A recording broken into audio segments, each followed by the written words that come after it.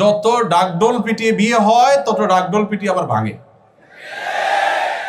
আপনাদেরকে সকাল বিকাল যারা নাটক, সিনেমা, নোবেল, উপন্যাসে প্রেম নামক এই হারাম রিলেশনকে যারা শিখায়, মুসলিম যুবকের তেজ ধার দ্বারা ধ্বংস করার চক্রান্তে লিপ্ত, সেই তথাকথিত প্রেম বা ভালোবাসার অভিনয় করে করে যারা আপনাদেরকে শিখায় কিভাবে প্রেমকে জয় করতে গিয়ে ধর্মকেও বৃদ্ধাঙ্গুলি দেখাতে হবে, নিউজে পজিটিভলি দেখানো হবে, অন্য ধর্মের দুইজন দুই ধর্মের হওয়া সত্ত্বেও তাদের ধর্ম তাদের ভালোবাসায় বাধা হয়ে দাঁড়ায় নাই। বাহ,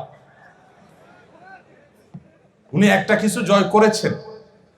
কি জয় করেছেন? ওনার ভালোবাসা উনি জয় করেছেন। খুব পজিটিভলি দেখানো হয়, তাই না? পৃথিবীতে এত কিছু ঘটে, কিন্তু উপন্যাস মানেই ঘুরে ফিরেও চিপায় ওই অবৈধ সম্পর্ক, ওই হারাম রিলেশন, ওই 2 নম্বর পথ, ওই বাবা মার অবাধ্যতার পথে নিয়ে যাওয়া, ওই ক্যারিয়ার ধ্বংস করে দেওয়া, পড়াশোনা ধ্বংস করে দেওয়া, ইমান আমল শেষ করে দেওয়া, তারুণ্য শেষ করে দেওয়া। এরা এদেশের তারুণ্যের সবচেয়ে বড় শত্রু।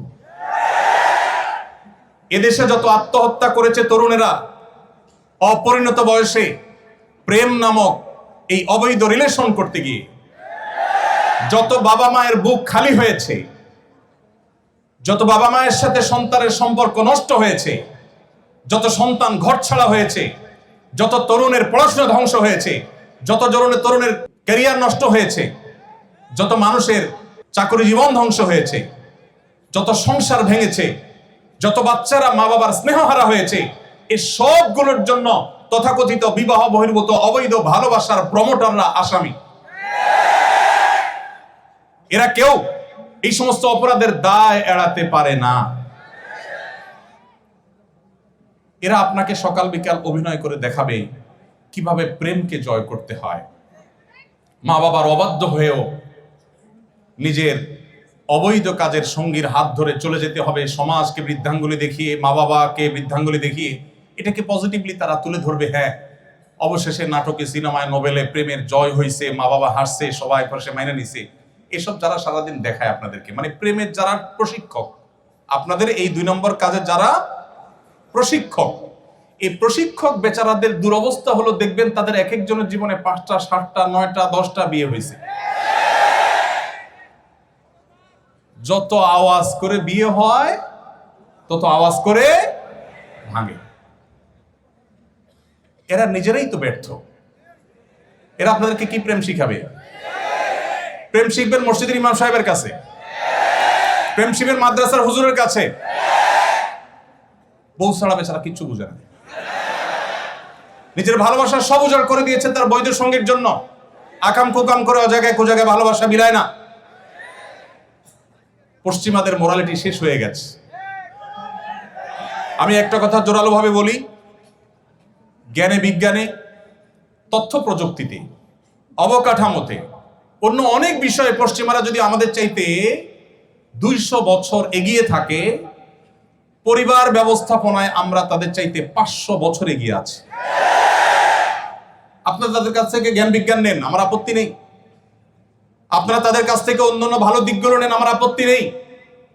কিন্তু তাদের বস্তা পচা সস্তা বিবাহ বহির্ভূত রিলেশনের এই বিষ বাষ্প যদি আপনার সমাজে আমদানি করেন, তো মনে রাখবেন, আজ জাপান, কোরিয়া, ইটালি, যে দেশগুলোর নাম বলছি, এর বাইরে উন্নত অনেকগুলো দেশের কথা আমি নিজে জানি। নিজ চোখে তাদের সেই দুঃসহ চিত্র দেখার দুর্ভাগ্য আমার হয়েছে। আপনি গুগল করলে, আপনি একটু অনলাইনে সার্চ করলে দেখতে পাবেন তাদের মধ্যে জেনারেশনের যে গ্যাপ তৈরি হয়েছে।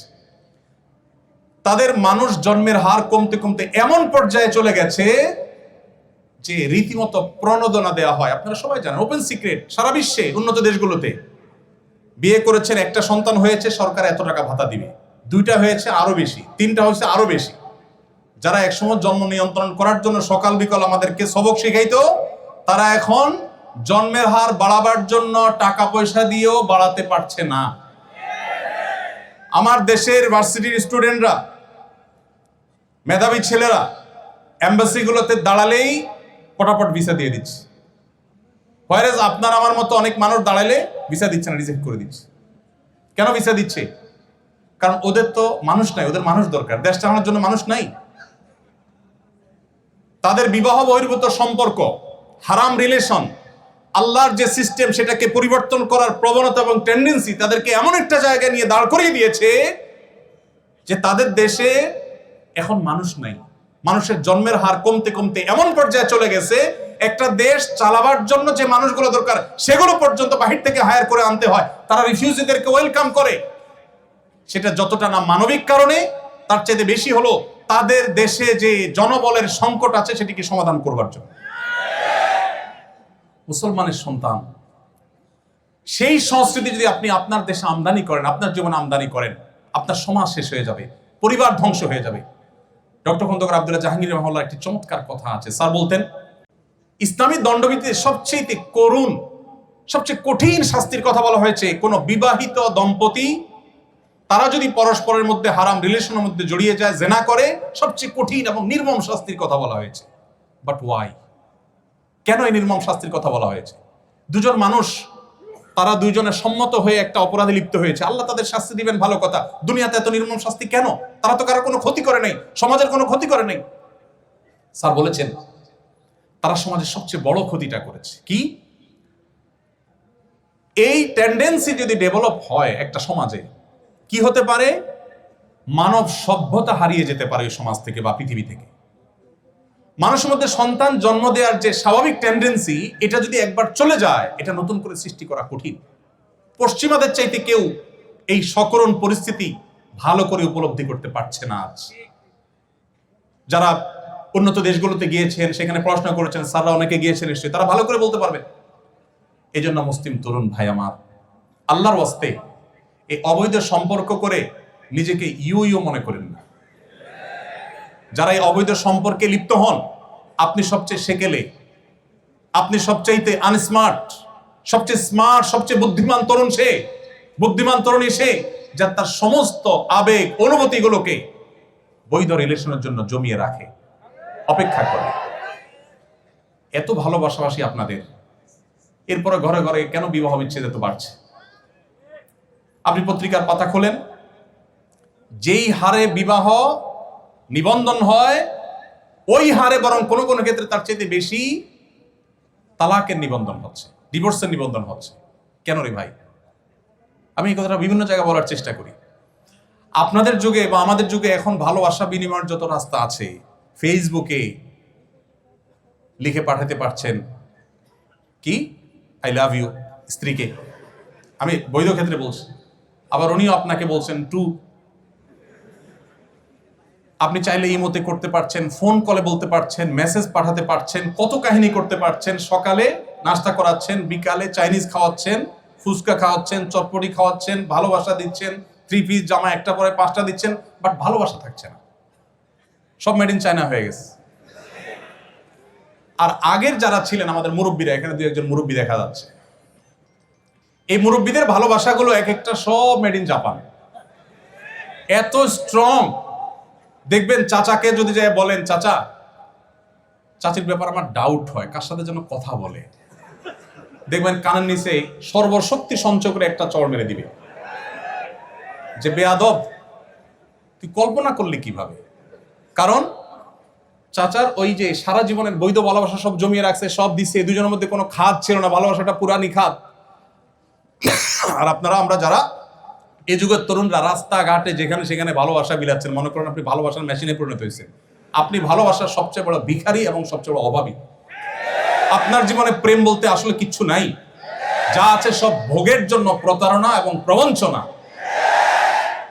আল্লাহর নবীর আনিত এই দ্বীন এবং শরিয়াকে যদি মেনটেন করেন আপনার ব্যক্তিগত জীবনে, আপনার চরিত্র যদি হেফাজত করেন, নবী সাল্লাল্লাহু আলাইহি ওয়াসাল্লাম বলেছেন, মাইয়াহফাজনি মা বাইনা লিহিয়াইহি ওয়া মা বাইনা রিজলাইহি আদমাল্লাহুল জান্নাহ। যে মানুষ, যে যুবক, যে তরুণ, যে মুসলমান নিজের 2 চোয়ালের মধ্যবর্তী অঙ্গ অর্থাৎ তার মুখকে এবং তার 2 পায়ের মধ্যবর্তী অঙ্গ অর্থাৎ তার সম্ভ্রমকে রক্ষা করতে পারবে, এগুলো সে হারাম পথে ব্যবহার করবে না, এই দায়িত্ব এবং গ্যারান্টি যে যুবক যুবতী, যে মানুষ নিবে, নবী সাল্লাল্লাহু আলাইহি ওয়াসাল্লাম বলেছেন, কিয়ামতের দিন আল্লাহর কাছ থেকে জান্নাত পাইয়ে দেওয়ার দায়িত্ব আমি নিলাম। চ্যালেঞ্জ গ্রহণ করা যাবে ইনশাআল্লাহ? আল্লাহ আমাদেরকে তৌফিক দান করুন। পশ্চিমাদের ভালো জিনিসগুলো নেবেন, এই সমস্ত ফালতু জিনিস নেবেন না। আল্লাহ আপনাদের আমাদের সবাইকে হেফাজত রাখার তৌফিক দান করুন।